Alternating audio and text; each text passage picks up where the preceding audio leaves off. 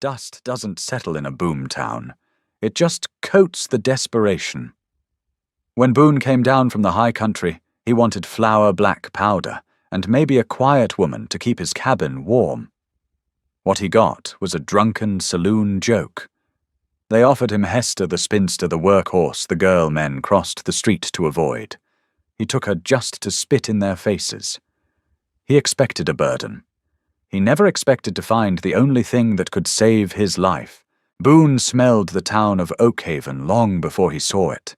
It smelled of wet sawdust, cheap coal, and unwashed bodies, a foul stench that drifted up into the pristine alpine air of the Bitterroots. He hated it. He came down from the high ridges once a year, right before the first hard freeze, leading 2 pack mules loaded with prime beaver marten and fox pelts. He traded for coffee salt, heavy lead, and whatever passed for whiskey. This year the winter in his bones felt deeper. The silence of his mountain cabin had started to ring in his ears.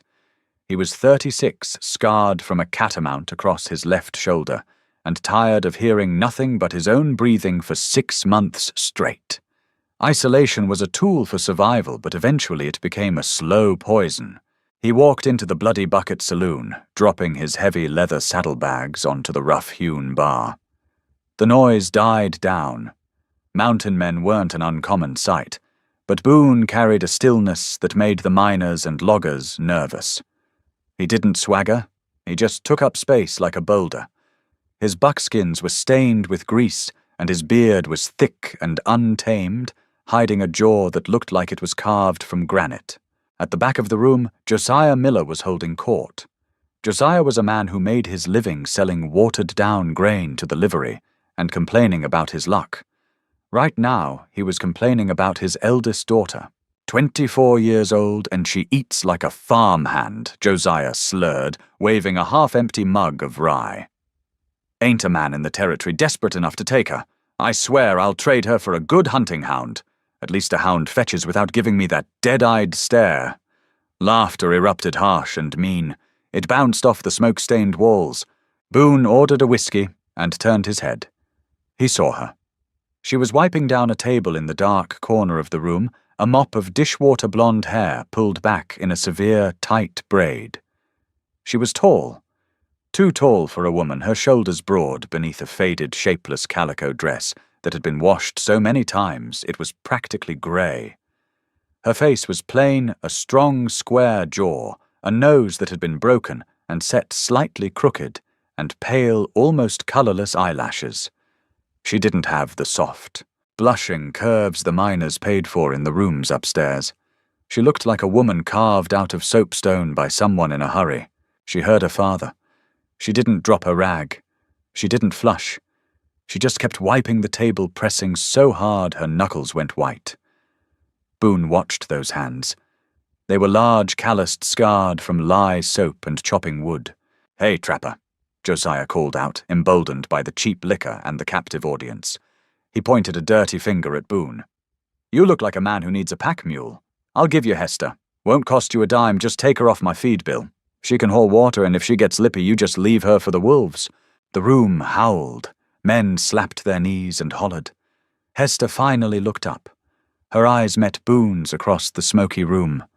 They weren't pleading. They were flat, resigned. She expected nothing from the world, and the world had never disappointed her. She was the town's ugly joke, the beast of burden. Boone looked at the mocking faces of the town. Men who spent their days in dark holes in the ground, and their nights drinking away their meager wages. He looked at Josiah, a weak, pathetic man, trying to feel big by crushing something he owned. Then he looked back at Hester. Boone set his glass down. The clink was quiet, but the room was suddenly dead silent. "I'll take her," Boone said. His voice was like gravel under a heavy boot. Josiah blinked, his mouth hanging open, revealing rotted teeth. "What you offered." I accepted. Boone reached into his pouch, pulled out a heavy gold coin, and flicked it onto the table in front of Josiah. It spun, caught the dirty light, and fell flat with a heavy thud. "That's for the dowry. We'll go to the magistrate now." Josiah stared at the gold, then at the massive trapper. "It's a joke, friend. She ain't much to look at. She's stubborn. She don't talk right. She talks enough if you shut up." Boone walked over to the corner. He stood in front of Hester. Up close, he towered over her, but she didn't shrink back. She smelled of strong lye and stale beer, but beneath it there was a clean, sharp scent of pine. "You want to stay here?" Boone asked her. Hester looked at the dirty rag in her hands. She looked at her father greedily palming the gold coin and biting it to check its worth. Then she looked at the mountain man. He smelled of smoke, animal fat, and cold air, but his eyes were a clear, sharp grey. "No," she said. Her voice was low, surprisingly deep, and completely devoid of fear. "Pack your things. We leave in an hour." They were married by a magistrate who reeked of gin and couldn't stop staring at the two of them. The office was drafty, the paperwork stained with ink blots. It took 5 minutes. There was no kiss, no smile. Boone signed the ledger with a heavy, deliberate hand. Hester signed with a surprisingly elegant script that betrayed an education she had no right possessing. She had one canvas sack of belongings. When Boone hoisted it onto the back of his second mule, it weighed next to nothing. "You got a heavy coat?" he asked, eyeing her thin calico dress. "This is all I have," she said, gesturing to a worn woolen shawl full of moth holes. Boone grunted. He walked into the mercantile next door, bought a thick canvas duster lined with heavy sheepskin, a pair of men's insulated boots, and thick leather work gloves. He tossed them to her. She put them on right there on the boardwalk. The coat swallowed her, reaching down past her knees, but for the first time that day, a brief flicker of something crossed her face. Relief. The biting wind had already started to pick up, and the sheepskin was a barrier she had never known. They walked out of Oakhaven before noon. The town watched them go from the saloon windows, whispering and laughing. The ugly girl and the crazy mountain man. A match made in the dirt. Boone didn't look back. Hester didn't either. The trail up the Bitterroots wasn't meant for casual travel. It was a jagged slash across the face of the mountain, a relentless upward march, through dense lodgepole pines' deadfalls, and over loose, treacherous scree fields. The air grew thinner and colder with every mile-turning breath into thick white plumes. Boone took the lead, setting a punishing pace. He didn't do it to be cruel. The sky to the north was bruised black, heavy with the promise of early snow. If they were caught on the exposed ridges during a whiteout, they would die. Simple as that. He fully expected to hear her complain. He waited for the heavy sighs, the stumbling, the pleas to slow down or turn back. Women from the settlements didn't understand the high country. They thought it was all scenery until their lungs started burning, their thighs cramped, and their boots filled with blisters. An hour passed, then 2, 3. Boone glanced back over his shoulder. Hester was exactly 3 paces behind him. Her head was down, her jaw set tight, but her stride was incredibly steady. The oversized coat made her look like a moving shadow, but she was moving. She held the lead rope of the trailing mule with a firm grip, instinctively keeping the animal moving when it balked at steep inclines. She didn't yank, she guided. By late afternoon, the elevation sickness usually hit flatlanders. Boone stopped by a freezing, fast-moving creek to let the mules drink. He leaned against a mossy boulder, watching her carefully. Hester knelt by the water. She splashed her face, gasping quietly at the frigid bite, then drank from cupped hands. She didn't look at him. She just went straight to the mules, checking their packs, adjusting a leather strap that was rubbing the flank of the roan. She ran her hand down the mule's leg to check for swelling. You worked stock before Boone asked, the sudden sound of his voice startling a pair of jays into the trees. Worked the livery when my father was too drunk to stand, she said, not looking up. She patted the mule's thick neck. Mules are better company anyway. They don't lie. Boone grunted. It was the longest sentence she'd spoken to him. The climb resumed. As the sun dipped behind the jagged peaks, plunging the narrow trail into deep grey shadows, the temperature plummeted. The wind picked up, howling through the pines like a wounded animal. The path narrowed further, hugging a sheer drop-off that plummeted hundreds of feet into a rocky gorge. The roan mule slipped. It was a patch of black ice hidden under a dusting of loose dirt. The mule's hind legs shot out, and it gave a terrified, high-pitched bray, scrambling wildly. Its back half slid off the edge of the trail, the heavy canvas packs, dragging it downward into the abyss. Boone turned, cursing loudly, lunging for the lead rope, but he was too far ahead. Hester didn't scream. She didn't freeze. She threw her entire weight backward, wrapping the trailing rope around a thick pine sapling in a fraction of a second. The rope snapped taut with the crack of a rifle, the friction burning straight through her leather gloves. She planted her oversized boots deep into the dirt and leaned back, acting as a human anchor against 1,000 pounds of panicked animal and shifting gear. Boone reached her, grabbing the rope above her hands, his massive tree-trunk arms taking the brunt of the weight. Together, agonizing inch by agonizing inch boots slipping in the dirt, they hauled the thrashing mule back onto solid ground. The animal stood trembling, blowing snot and steam. Boone tied it off securely to a heavy trunk, then turned to Hester. She was leaning against the rock wall, breathing hard. Her plain face was pale. She pulled off her right glove. The thick leather had burned through completely, and an angry red friction burn crossed her entire palm. Blood was already welling up to the surface. Boone reached into his saddlebag, pulled out a tin of drawing salve, and handed it to her without a word. She took the tin, digging out 2 fingers of the thick, foul-smelling grease and smearing it over the broken skin. She didn't wince. She didn't shed a tear. "You didn't let go," Boone said softly. "If he goes over, we lose half our winter flour and the salt," she said simply. She put the ruined glove back on, wiggling her fingers to work the grease in. "I've starved before. Don't care to do it again." Boone stared at her. The freezing wind whipped her loose blonde hair across her face. She wasn't pretty. She had none of the delicate features men wrote songs about. But in the fading, violent light of the high mountains, she looked like something that belonged there. Unbreakable. Fierce. They pushed on until full dark, finally making camp in a small depression sheltered by ancient spruce. Boone handed her a piece of flint and a steel striker. "Start a fire. I'll hobble the mules." It was a test. He knew it, and he figured she knew it. When he came back 10 minutes later, a small, bright fire was crackling, feeding on dried moss and lower pine twigs. She had built it right small, intensely hot and smokeless, keeping it sheltered from the wind. They sat across from each other, chewing on tough strips of venison jerky and drinking water that tasted of iron and snowmelt. The silence stretched. It wasn't the heavy, awkward silence of a saloon filled with staring eyes.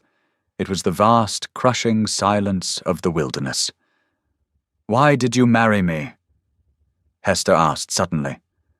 The firelight cast sharp, flickering shadows over her face, highlighting the strong line of her jaw. Boone chewed his jerky slowly. He thought about lying. He thought about saying he needed a wife to cook, or that he felt sorry for her, a victim of her father's cruelty. "Because they expected me to laugh at you with them," Boone said, staring into the flames. "I don't like being told when to laugh, and I don't like a town full of cowards picking on a woman who outworks them all." Hester nodded slowly, digesting his words. "Spite, then." "Mostly. Fine by me," she said, pulling the sheepskin collar up around her neck. "Spite's warmer than pity." She rolled herself in a scratchy wool blanket near the fire, turning her back to him, and went to sleep. Boone sat up for a long time, feeding the fire and watching the steady rise and fall of her breathing. He had bought a joke. He had bought a spinster to insult a town. But as the fire cracked and the wind howled above them, he began to realize the joke was entirely on the town of Oakhaven. They reached the cabin midday on the 3rd day, just as the first heavy flurries of snow began to drift down from a leaden, merciless sky. The cabin sat in a small clearing beside a frozen creek, backed against a sheer wall of dark granite that protected it from the north winds. It was primitive. Hand-hewn logs mud chinking that needed obvious repair before the deep freeze, and a heavy oak plank door. There were no glass windows, just heavy wooden shutters that could be barred from the inside. Boone pushed the door open. The air inside was stale, smelling intensely of cold ash, cured hides, gun oil, and isolation. It was a single room. A massive cast-iron stove dominated one corner, a rough table, and 2 chairs sat in the center, and a single bed frame built directly into the far wall was piled high with thick bear skins and buffalo robes. The floor was packed dirt, currently covered in a layer of pine needles wood chips and tracked-in mud. He watched her face from the corner of his eye. He expected dismay. Oakhaven was ugly, but it had floorboards and glass windows. This was a cave with a door. Hester walked in. She set her canvas sack on the rough table. She looked at the stove, the walls, the ceiling. Roof leak, she asked, her voice echoing slightly in the bare room. Only when the snow melts heavy in the spring. Over the corner by the door. She nodded.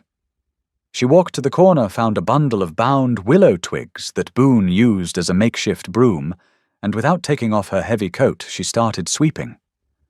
Boone felt a strange, sudden tightening in his chest. He stood awkwardly in the doorway of his own home. He was used to being completely alone here. His routines were set in stone. His mess was his own. Now there was a woman sweeping his floor, her movements rhythmic and incredibly efficient. "I'll unpack the mules," he muttered, stepping back out into the biting cold. By the time he finished stowing the heavy sacks of flour salt and beans in the attached lean-to, and brought in a massive load of split firewood, the cabin was transformed. It wasn't pretty, nothing could make that rough-hewn cabin pretty, but it was ordered. The dirt was swept out. The iron skillets and pots were stacked neatly. The lantern glass had been wiped clean, casting a brighter, sharper light across the rough bark walls. Hester had a roaring fire going in the stove. She had found his stash of coffee beans, ground them with the heavy heel of a hunting knife handle, and had a pot boiling. The rich, dark smell filled the room, cutting straight through the scent of old hides and loneliness. She handed him a tin cup. He took it, their rough fingers brushing for a fraction of a second. Her hands were as rough as bark, a matched set to his own. They sat at the table drinking the black, bitter coffee. Outside, the wind began to howl, a deep, mournful sound that signaled the beginning of the long winter. The cabin groaned under the sudden assault, but the heat from the stove was steady and fiercely warm. Night came fast, swallowing the clearing in absolute darkness. The reality of the single room settled heavily between them. Boone stood up, clearing his throat loudly. He pulled a thick buffalo robe from the pile on the bed and laid it out on the dirt floor near the stove. "You take the bed?" he said, not looking at her, suddenly hyper-aware of his massive size and the confined space. "I run hot anyway." Hester watched him arrange the fur on the dirt. She stood up, walked over to him, picked up the heavy buffalo robe, shook it out, and tossed it right back onto the bed. "We're married, Boone," she said. Her voice was flat, devoid of romance, but laced with iron-clad practicality. "It's going to be 20 below zero by midnight. We sleep separate. We wake up with frost on our breath, burning twice the wood to keep the room warm. We sleep in the bed." Boone stared at her. He hadn't shared a bed with a woman in 5 years. "Hester, I ain't looking to force nothing on you." "I know that," she said, unbuttoning the heavy duster. "You bought me for spite, not for breeding. But I'm not freezing on principle. Get in the bed."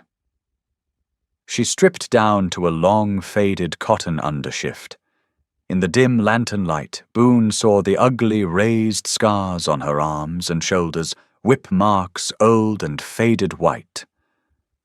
Josiah's handiwork. He felt a sudden violent urge to walk back down the mountain through the storm and break the old man's neck with his bare hands. He looked away, pulling off his boots and thick canvas trousers, climbing into the bed in his woolen long johns. He pressed himself against the freezing log wall, leaving as much space as humanly possible. The bed creaked in protest as Hester climbed in. She pulled the heavy bearskins up to her chin. She didn't huddle on the edge, terrified of him. She settled right in the middle, her back to him. The furs were immensely heavy. Slowly, the heat of her body began to radiate into the freezing space under the blankets. Boone lay rigid, listening to the wind outside, whipping snow against the shutters. He could feel the solid weight of her next to him. She wasn't soft. She was bone and muscle tempered by a horribly hard life. "Boone," she said softly into the darkness. "Yeah. I pull my weight. You'll see. I already saw it on the trail, Hester. Go to sleep." She didn't say anything else. Within minutes, her breathing deepened into the slow, steady rhythm of deep sleep. Boone lay awake for a long time. The storm battered the cabin, throwing a barrage of ice against the heavy wood. For the first time in years, the isolation of the bitterroots didn't feel like a heavy cloak settling over his shoulders to smother him. He rolled onto his back, staring at the unseen ceiling. He had brought her here as a joke on a cruel town.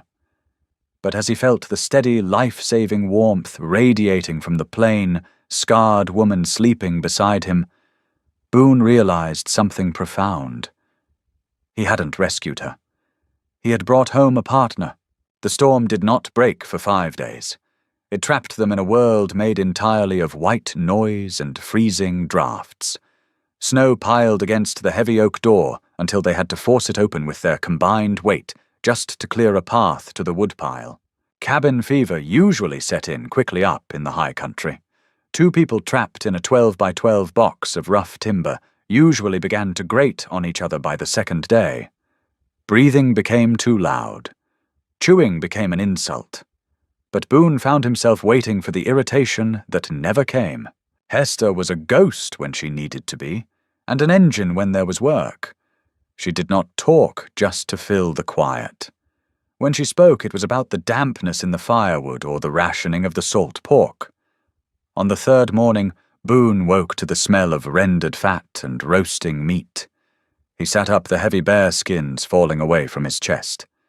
Hester was standing over the cast-iron stove, turning 2 skinned snowshoe hairs on a heavy iron skillet. He hadn't heard her get up. He hadn't heard her dress unbar the door, check the trap line he kept running along the tree line behind the cabin, dispatch the animals, skin them and gut them. Boone swung his legs over the side of the bed, feeling the bite of the cold air on his bare shoulders. "I set those snares," he said, his voice thick with sleep. "I checked them." Hester replied, not turning around. She prodded the meat with a wooden spoon. "Fox got to one. Left us a bloody mess and a foot, but 2 were clean. That's my work." She finally looked over her shoulder. Her hair was loose, a pale, tangled curtain around her plain face. There was a smudge of dried blood on her jaw. "We eat the same meat, Boone. I don't care whose name is on the snare wire." She plated the meat and set it on the rough pine table. They ate in silence, the only sound the crackle of the pitch pine in the stove and the relentless howl of the wind outside. The meat was tough, stringy and hot. It kept the cold from settling in their marrow. As the days bled into weeks, a rhythm took hold of the cabin. It was a brutal physical existence. Survival was a daily chore that took 8 hours to complete. Chopping wood, melting snow for water-mending gear, scraping hides. Boone watched her. He couldn't help it. He was a man accustomed to studying his environment, reading the subtle shifts in the wind and the tracks in the mud. Now he studied his wife. He noticed that her left knee bothered her when the barometric pressure dropped. She favored it, putting her weight on her right leg when she hauled the heavy water buckets. He noticed that she had a habit of humming a tuneless, low song when she was working with a needle and thread, fixing the tears in his canvas trousers. He noticed that she never looked in the small, cracked shaving mirror he kept on the shelf. Not once. She worked with a relentless, punishing efficiency. She didn't complain about the blistered hands or the chilblains on her toes. She just greased them and kept moving. Late one evening in December, Boone was sitting by the stove, rubbing bear grease into his heavy leather boots. Hester was at the table methodically scraping a beaver pelt with a dull bone knife. The sound was rhythmic. Scrape, scrape, scrape. "Josiah ever teach you to read?" Boone asked, breaking a 2-hour silence. Hester paused. She wiped a strand of hair from her forehead with the back of a greasy wrist. "My mother did. Before the cholera took her. I was 8. "You read well." "I read everything the town threw away. Old newspapers, seed catalogues, a Bible with half the pages torn out for rolling tobacco." She went back to scraping. "Reading don't haul water, Boone." "Doesn't mean it's useless." He stood up, walked over to his heavy wooden trunk in the corner, and dug past his spare powder horns and lead shot. He pulled out a small, thick book, bound in worn, brown leather. He walked back and set it on the table near her elbow. Hester stopped scraping. She stared at the book like it was a loaded pistol. "Traded a cavalry officer out of Fort Laramie for it 3 years ago," Boone said, sitting back down and picking up his boot. "Shakespeare. Tragedies, mostly. Everyone dies at the end. Fits the winter." Hester slowly wiped her hands on a rag. She reached out and touched the leather cover with her fingertips. It was the gentlest movement Boone had ever seen her make. She opened the cover. The pages were yellowed, smelling of old paper and tobacco smoke. "Why are you giving this to me?" she asked softly. "I bought a wife to spite a town," Boone said, looking at the fire. "I didn't buy a pack mule. You can rest, Hester. The work will be there tomorrow." She didn't say a word. She just pulled the lantern a little closer, turned to the first page, and began to read. Boone went back to greasing his boots, a strange, quiet satisfaction settling heavy in his chest. January brought a cold so profound it felt like a physical entity trying to crush the cabin. The trees outside popped and cracked like rifle fire as their sap froze and expanded. The creek had frozen over completely. Boone needed to chop a hole through 2 feet of solid ice to reach the fast-moving water below. Melting snow took too much firewood, and they were burning through their cordwood faster than he liked. He bundled up in his heavy furs, took his long-handled axe, and stepped out into the blinding glare of the midday sun. The air was so cold it burned his lungs, freezing the moisture in his nose instantly. He found the depression in the snow that marked the creek bed and cleared it with his boots. He set his stance, raising the heavy iron axe high over his head, and brought it down hard. The ice exploded in sharp, glass-like shards. He struck again, and again. The rhythm was hypnotic, the physical exertion warming his blood.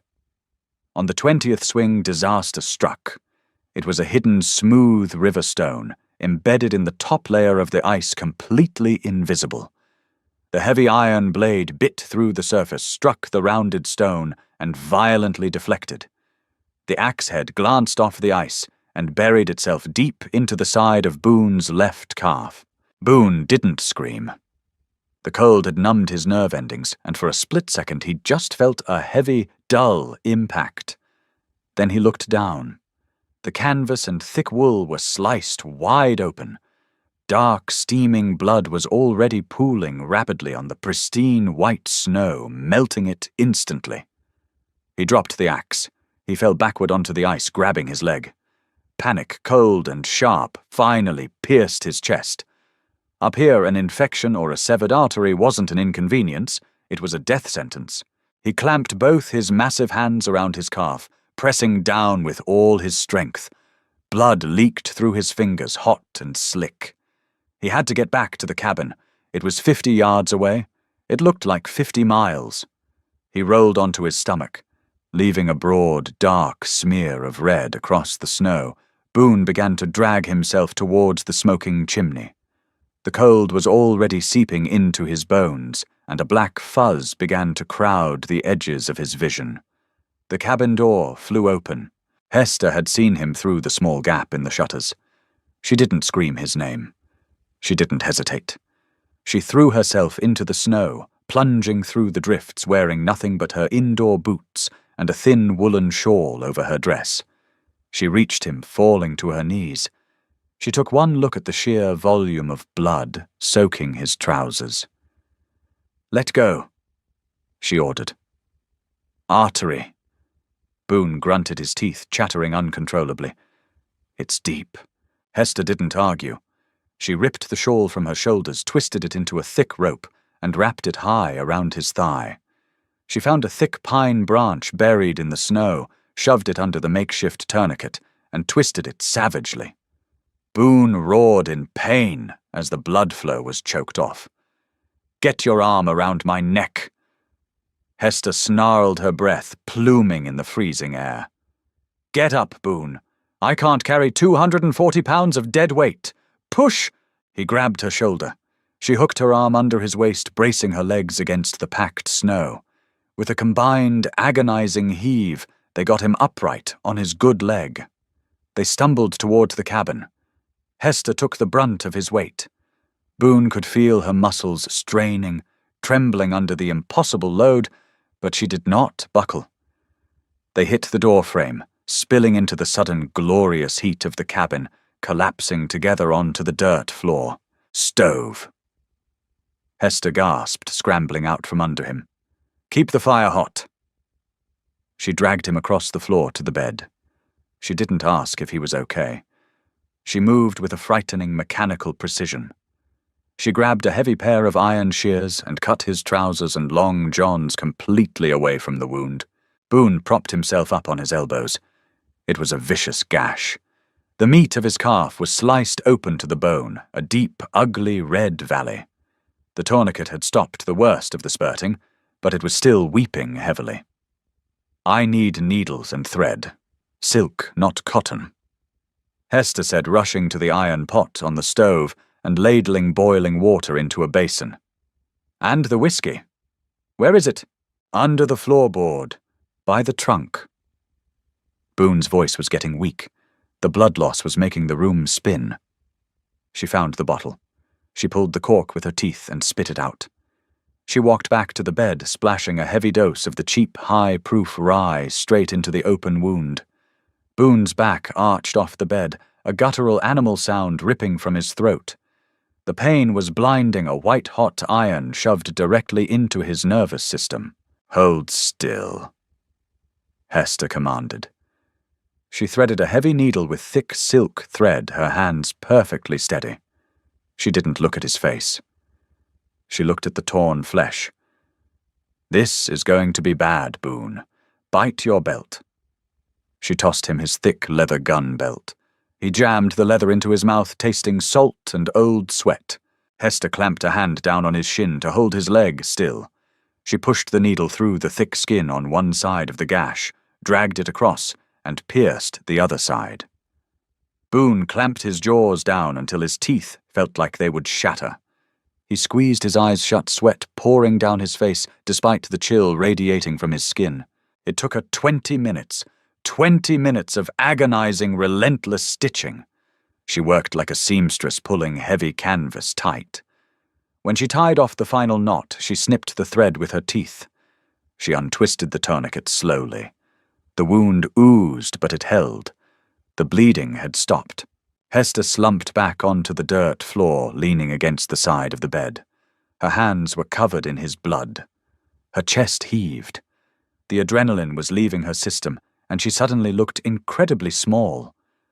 Boone spat the belt out of his mouth. He looked at the crude, tight, ugly black stitches binding his leg together. It wasn't the work of a doctor. It was the work of someone who knew how to put broken things back together. He looked down at her. She was staring at her blood-soaked hands. "You saved my leg." Boone rasped, his voice barely a whisper. "Probably my life." Hester wiped her bloody hands on her ruined dress. She looked up at him, her pale eyes fierce and unyielding. "You're the one who cuts the firewood, Boone," she said flatly. "I told you, I'm not freezing on principle." She stood up, walked to the stove, and began washing the blood from her hands in the hot basin. Boone closed his eyes. the dark wave of exhaustion finally pulling him under. But as he drifted off, he knew she was lying. It wasn't about the firewood. The fever hit 2 days later. Despite the whiskey and the boiling water, the wound grew angry and red. Boone spent 3 days locked in a delirious haze, burning from the inside out. He hallucinated the catamount that had scarred his shoulder. He saw the mocking faces of the men in the Bloody Bucket saloon. Through all of it, there was a constant cooling pressure. Whenever the fire in his blood spiked, a rough, calloused hand would press a cloth soaked in icy snowmelt against his forehead. He felt water trickled past his cracked lips. He heard a low, tuneless humming. When he finally broke the fever, it was deep in the night. The cabin was lit only by the dull orange glow of the banked coals in the stove. Boone opened his eyes. The oppressive heat in his skull was gone, replaced by a hollow, aching weakness. He turned his head. Hester was sitting in the wooden chair next to the bed. She was asleep, her chin resting on her chest. Dark, heavy circles bruised the skin under her eyes. She looked thinner. The relentless toll of chopping wood, hauling water, and nursing a massive, feverish man had stripped away whatever small softness she possessed. Boone shifted his leg. The pain was sharp, but the throbbing heat was gone. He was alive. He reached out his thick fingers, brushing the side of her arm. Hester woke instantly. Her eyes snapped open wide and alert, a survival instinct honed by years of abuse. She saw him looking at her, his eyes clear for the first time in nearly a week. "Water?" she asked, her voice cracking with fatigue. "No," Boone said. "Come here." She hesitated. She looked at the heavy bearskins, then at him. Slowly she stood up and sat on the edge of the bed. "You look like hell," Boone said quietly. A ghost of a smile, bitter and fleeting, touched the corner of her mouth. "I always look like hell, Boone. That was the whole joke, remember?" "I don't remember any joke," he said. He pushed himself up against the log wall, fighting the weakness in his arms. He reached out and caught her hand. She tried to pull it away. She was ashamed of her hands. They were the hands of a laborer, thick-knuckled, scarred, and rough as sandstone. But Boone held on. He traced his thumb over the white scar that crossed her palm, the burn she had taken holding the mule on the ice ledge on their first day. "Why didn't you let me die, Hester?" he asked. "I don't have anywhere else to go." "Lie to me again, and I'll toss you out in the snow." He said, his voice a low, rumbling growl. She looked down at their joined hands. The silence stretched heavy and thick, but it wasn't cold. It was the silence of a barrier slowly crumbling to dust. "Because," she whispered, her voice trembling slightly, "when the men in town looked at me, they saw a beast of burden. When my father looked at me, he saw a meal ticket he couldn't sell. But when you look at me, you just see me." She finally looked up, meeting his eyes. There was no pity in Boone's gaze. There was no mockery. There was only a profound, grounded recognition. He saw the iron in her spine. He saw the fierce, unyielding will that kept her alive in a world that wanted to crush her. "You're the strongest thing in these mountains, Hester," Boone said. He let go of her hand and reached up his fingers, brushing the line of her jaw, feeling the slight crook in her broken nose. He slid his hand to the nape of her neck under the heavy curtain of her blonde hair. He pulled her down gently. She didn't resist. When their lips met, it wasn't the desperate, frantic collision of a dime novel romance. It was quiet. It was deliberate. It tasted of salt, old coffee, and survival. Hester's breath hitched in her throat. She had never been touched with anything but malice or indifference. Boone's touch was heavy, solid, and incredibly gentle. She leaned into him, her hands moving to his chest, feeling the steady, strong beat of his heart beneath the woolen long johns. The awkwardness of their arrangement, the harshness of the cabin, the bitter cold outside, all of it faded into the background. Boone pulled the heavy bearskins back inviting her in not as a desperate measure to stave off freezing, but as a man inviting his wife to his side. Hester kicked off her boots and slid under the furs. She didn't turn her back to him this time. She faced him in the dark. Boone wrapped his heavy arm around her, pulling her close against his chest. He felt the rigid tension in her muscles slowly, agonizingly begin to unwind. For the first time in her life, Hester was not cold, and for the first time in his, Boone was not entirely alone. The winter raged outside, battering the heavy oak door, but inside the thaw had already begun. Spring in the Bitterroots did not arrive with gentle breezes and budding flowers. It arrived with violence. It tore the winter apart. The first sign was the sound. For months the only noise had been the dry, shrieking wind and the crack of frozen timber. Now the mountain roared with water. The ice on the creek fractured with a sound like cannon fire, sending massive, jagged flows crashing downstream. The snowbanks turned heavy grey and rotten, collapsing into rivers of thick, freezing mud. Inside the cabin, the heavy oppression of winter finally lifted. Boone's leg healed, leaving a thick, knotted scar that ran from his knee to his ankle. It ached fiercely when the dampness rolled in, forcing him to walk with a heavy, deliberate limp. He hated it. He was a man defined by his physical capability, and the slight drag of his left boot was a constant reminder of his mortality. He expected Hester to coddle him. He expected the hovering, anxious pity that women in the settlements gave to crippled men. She gave him none of it. When he struggled to haul a heavy log to the chopping block, his bad leg buckling slightly in the spring mud, she didn't rush over to take it from him. She simply walked past, dropped an even heavier log onto the pile, and handed him the splitting maul without breaking her stride. "Swing from your shoulders, not your hips," she said flatly. "You overcompensate, you'll throw your back out. Then I'll have to shoot you." Boone barked a short, rough laugh. It startled a pair of nesting jays. He gripped the maul, adjusted his stance, and split the oak clean down the middle. They worked the winter catch together. The pelts had to be scraped, stretched, and cured before the maggots of early spring could ruin the hides. It was foul, exhausting work. They sat on opposite sides of the scraping log for hours, their hands slick with animal fat, the sharp scent of tannin and raw meat hanging heavy in the damp air. They didn't talk much. They didn't need to. A silent, seamless language had grown between them in the dark of the winter. A nod toward the bucket meant the water was low. A slight shift in Hester's posture meant she needed him to pull the hide tighter over the frame. One evening after the light had faded to a bruised purple, Boone sat at the table working a piece of soft deer hide with an awl. Hester was at the stove, boiling down rendered fat into lye soap. Boone watched her. The months of relentless labor had changed her.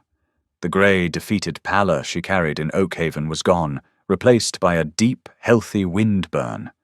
Her shoulders, always broad, now carried a thick layer of dense muscle. She moved with a grounded, heavy certainty. He stood up, walked to the small shelf near the bed, and took down the cracked shaving mirror.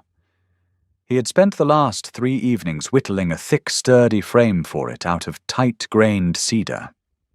He walked over to the thick log supporting the center of the cabin roof and drove a heavy iron nail into the wood. He hung the mirror. Hester stopped stirring the soap. She watched him wiping her hands on her stained apron. "What's that for?" she asked. "You," Boone said. He walked back to his chair and picked up his awl. "A woman ought to have a glass." Hester stared at the mirror. She hadn't looked at her own reflection since she was a teenager. Josiah used to tell her she was ugly enough to curdle milk, and after a while she had simply accepted it as a geographical fact, like the steepness of a hill or the cold of the snow. She walked over to the cedar frame slowly, as if the glass might bite. She stopped in front of it. The light from the lantern flickered over the silvered glass. She saw the crooked bend of her nose. She saw the pale, colorless eyelashes and the square, heavy jaw. But she also saw the fierce, unyielding clarity in her pale eyes. She saw the strength in her thick neck. She saw a woman who had fought a bitterroot winter and won. She raised a rough, scarred hand and touched her own cheek. "I'm no prettier Boone," she said quietly. "Prettier is for parlour rooms," Boone said, not looking up from his leatherwork. "Pretty fades when the wind blows. You're built for the high country, Hester. You're built to last." Hester looked at his reflection in the glass behind her. His massive shoulders were hunched over his work, his grey eyes focused. A slow, genuine warmth spread through her chest, completely untethered to the heat of the stove. "We leave for town in 3 days," Boone added, tying off a leather thong. "Pelts are cured. Mud on the lower trail should be dry enough for the mules." Hester's hand dropped from her face. Oakhaven. The name brought a foul taste to her mouth.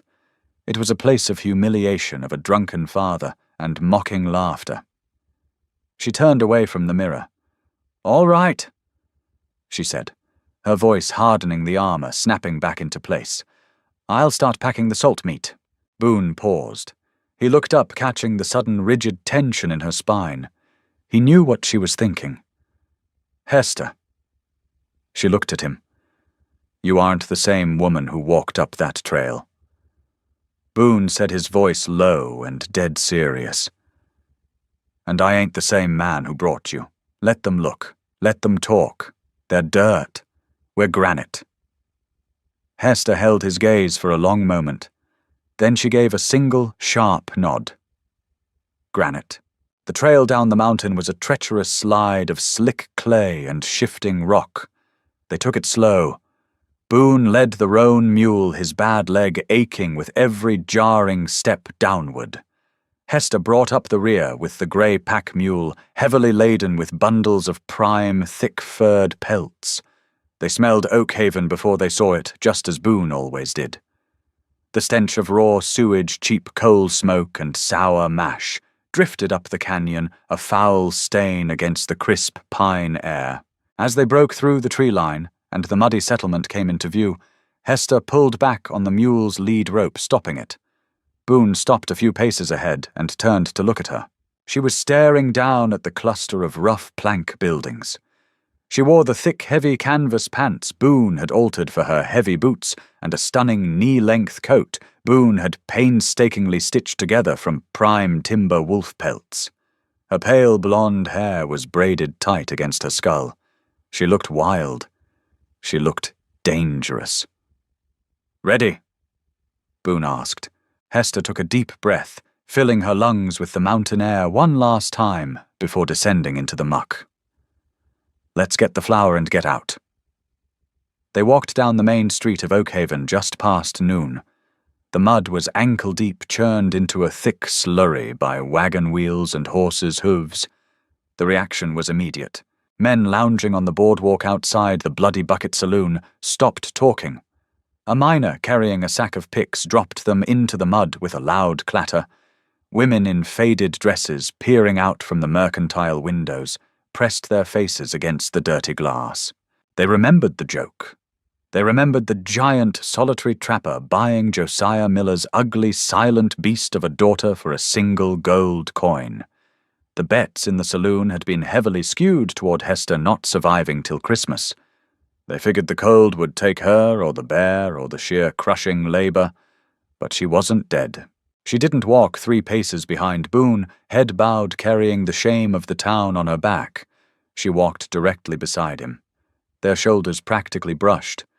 She met the stares of the men on the boardwalk with cold, flat eyes that made them shift uncomfortably and look away.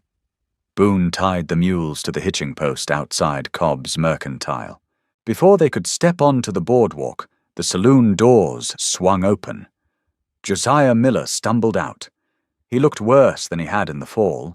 His clothes hung off his gaunt frame, stained with vomit and cheap liquor. His face was a map of broken blood vessels. He stopped blinking rapidly against the harsh midday sun, his rheumy eyes focusing on the massive trapper and the woman beside him. "Well, well," Josiah slurred, wiping his mouth with the back of a filthy sleeve. He stepped off the boardwalk, sinking into the mud, and swaggered towards them. "Look what the spring thaw dragged in. You bring my mule back, trapper." A few of the miners on the boardwalk chuckled, sensing entertainment. Boone's jaw tightened. The muscles in his massive arms coiled under his buckskins. He took a half-step forward, fully intending to put his heavy fist straight through Josiah's teeth. A hand caught his forearm. It was Hester. Her grip was like an iron vice. She didn't look at Boone. She kept her eyes locked on her father. She stepped around the mules, placing herself directly between Boone and Josiah. "I'm not your mule," Hester said. Her voice wasn't loud, but it carried a deep, resonant authority that cut through the street noise perfectly. "And I don't belong to you," Josiah sneered, trying to muster his old cruel bluster. "You belong to whoever holds the paper, girl. And last I checked, this savage owes me the rest of the dowry. 1 coin barely covered your feed bill for the years I put up with your ugly mug." He reached out his grasping, dirt-caked fingers, aiming for the lapel of her wolf-pelt coat. "Take that fine coat off. It'll fetch a good price at the E." Hester didn't flinch. She didn't back away. As Josiah's hand came within an inch of her coat, she brought her right arm up in a vicious, blindingly fast arc. Her heavy, calloused palm struck Josiah square across the cheekbone. The crack sounded like a dry branch snapping under a boot. The sheer terrifying physical strength Hester had built, swinging an axe and hauling water all winter, transferred perfectly into the blow. Josiah's feet left the mud. He spun half around and collapsed onto his back in the filthy street, splashing muddy water over the boardwalk. He grabbed his face, spitting blood, and a yellowed tooth into the muck, groaning in shock. The boardwalk went dead silent. The chuckling stopped instantly. Hester stood over him. She didn't look angry. She looked completely, utterly indifferent. "You touch me again, Josiah," she said, her voice dropping to a gravelly low pitch that eerily mimicked Boone's, "and I'll gut you with a bone knife and leave you for the camp dogs." She turned her back on him. She looked at the stunned faces of the miners on the boardwalk. "My husband and I have trading to do," she announced to the silent crowd. "Anyone else have a problem with our marriage?" No one moved, no one breathed. Boone stood by the mules, a massive, quiet shadow. He wasn't smiling, mountain men rarely did, but his grey eyes were bright with a fierce, burning pride.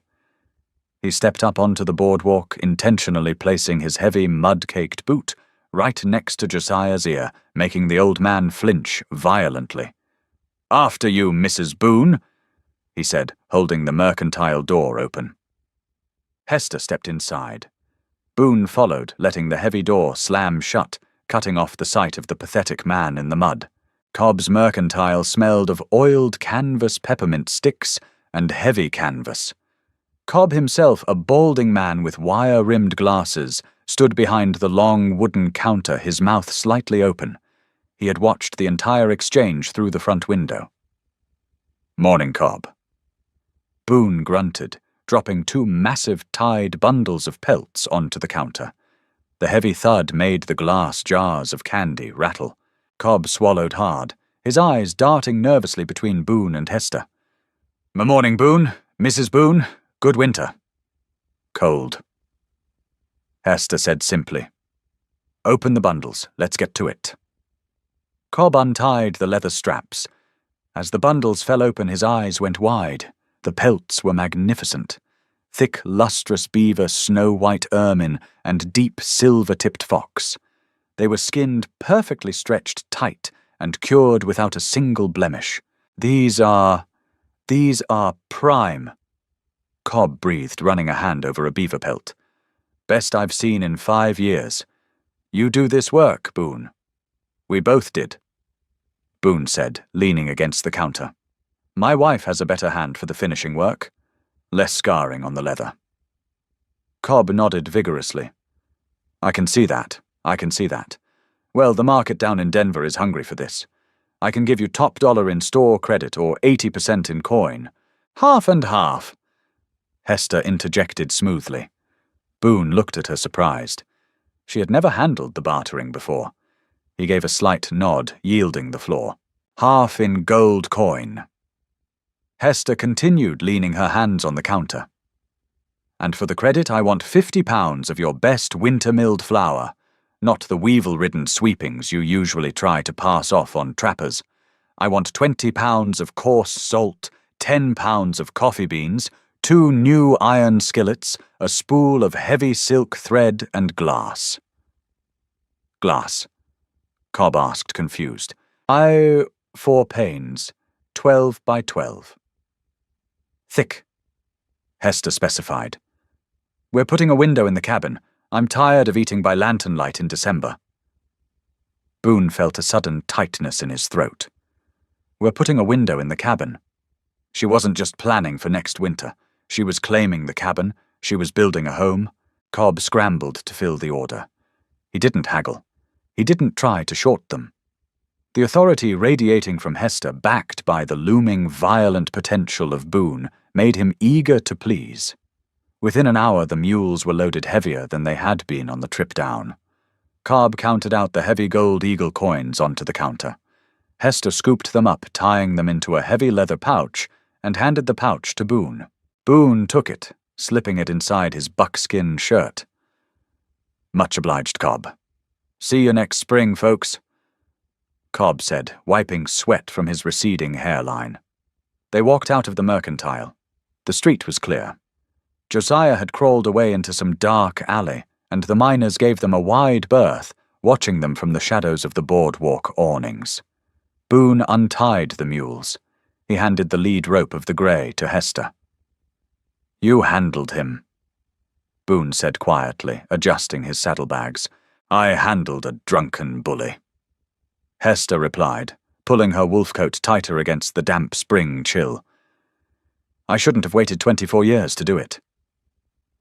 You were waiting for your own ground, Boone said, looking up toward the towering snow-capped peaks of the Bitterroots. A person can't fight properly when they're standing in mud.